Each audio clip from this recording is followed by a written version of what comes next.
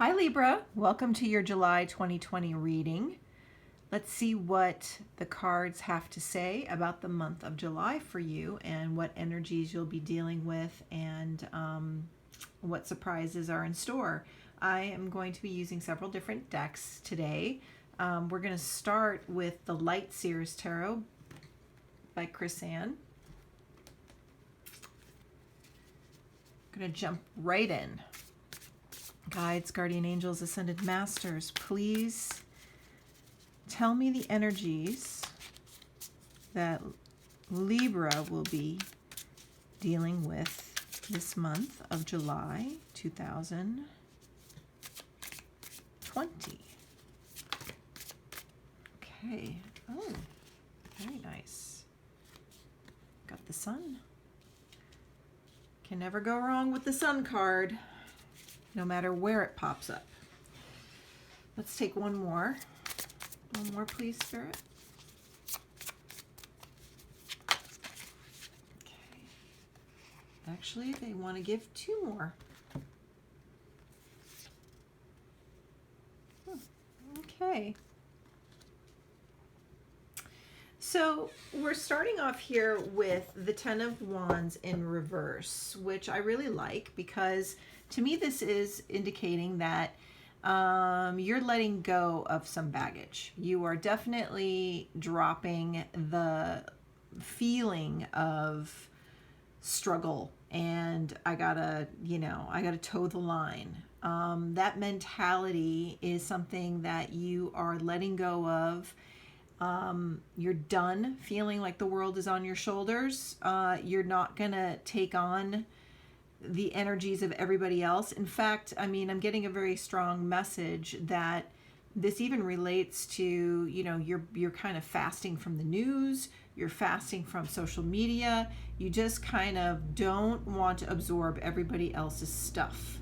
So you're dumping theirs and yours and moving on. And I really love that because this frees you up to accept this energy coming in, the sun. This is going to be a very good month for you. A lot of really great stuff is going to happen this month. And I think it's also going to be a very relaxing month for you because you've dumped all of this. Because you've put yourself into the place of, you know what, I don't need to be the bearer of everybody's bad news anymore. I'm letting it go and I'm going to give myself some self-care and allow myself to bring joy back into my life. So this is a really, really great opening for the month for you. Now, there will be something in the second half of the month that will weigh on your mind a little bit, but I don't have a lot of information about it yet. I have to throw some cards on it, but I have a feeling that it has to do with a new insight or a new idea that you have to make some decision about. The Lover's card in reverse, it doesn't necessarily indicate to me that there is a decision about a loving relationship. It could be about a business deal or a career choice or even an innovation that or a new belief system. Could even be a new belief system. So let's not jump to conclusions on these yet. Let's take another deck and let's do some aspecting.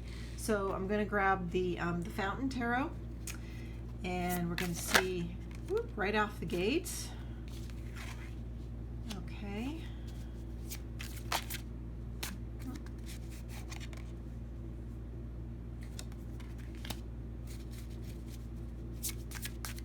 It's been so interesting doing all the readings for the zodiac signs for this month and how many of you are paralleling each other with similar cards.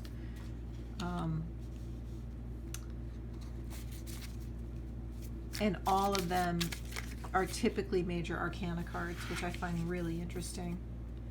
Okay, we've got several here to go through. I'm going to move the camera down a little bit so you can see. Okay, so we've got here the King of Swords in reverse, and we've got the Wheel of Fortune. We've got the Strength card in reverse, and the Nine of Wands, and the Emperor in reverse. Oh, so getting the feeling that this has something to do with work, and it has something to do with your boss.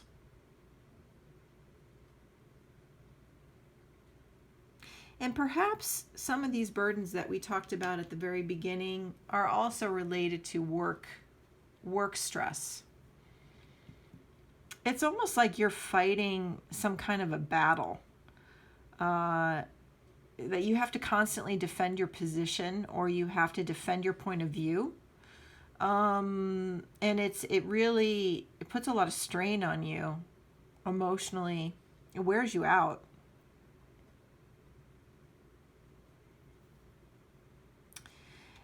Yeah, there's an aspect in here of kind of a very arrogant energy. I'm getting like there's somebody in the workplace, whether it's your boss or whether it's a colleague, that has an agenda, and it's not, it's not easy to get along with this person. They're kind of power hungry in a way, might be very competitive.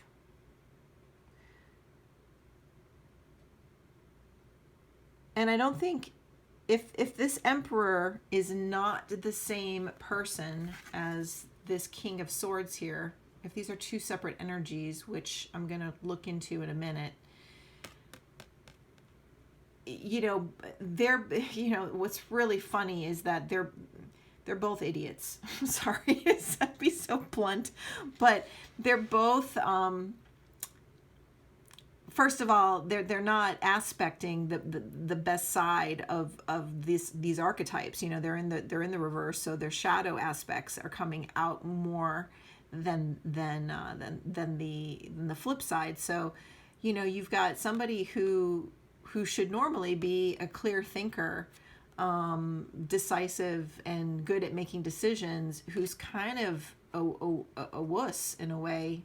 They don't know, and maybe this energy is overpowering that energy. So you might be trying to, you might be caught in the middle of a situation where you have a weak boss, and you have a coworker or a colleague who's extremely assertive or aggressive, and often sways this person, and you're sort of caught in the middle of it. Let's keep going and see what else comes out for me. But it's interesting. This is a really interesting read. Let's use the Muse Tarot and see what we can gather from the Muse.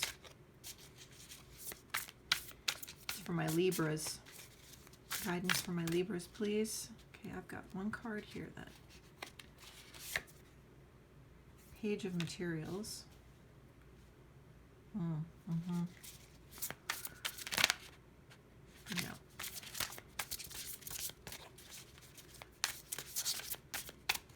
Libra, July. Okay, so I've got several here, and they want me to take them all. So we've got the Knight of Voices, the Three of Voices, the Two of Inspiration, and the Ace of Voices. Okay, a lot of energy in this office place, in this work environment or Zoom environment if you're all working from home still. So there's a younger person involved in this work situation.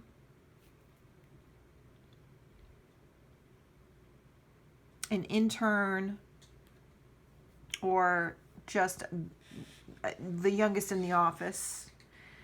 Heavily influenced by this King of Swords in reverse, this boss.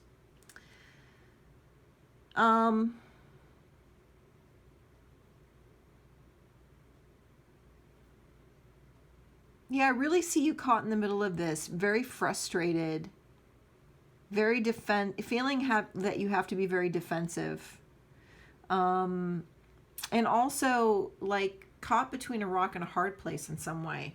There's some sort of decision, or you're trying to balance something. And you're also trying to balance your your work life and your emotional life, your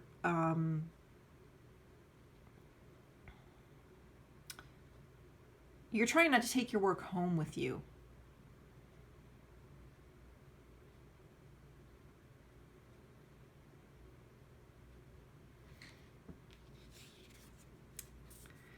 Ace of Voices in reverse.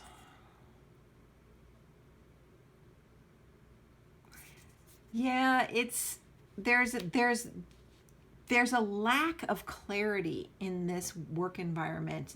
There's like a lot of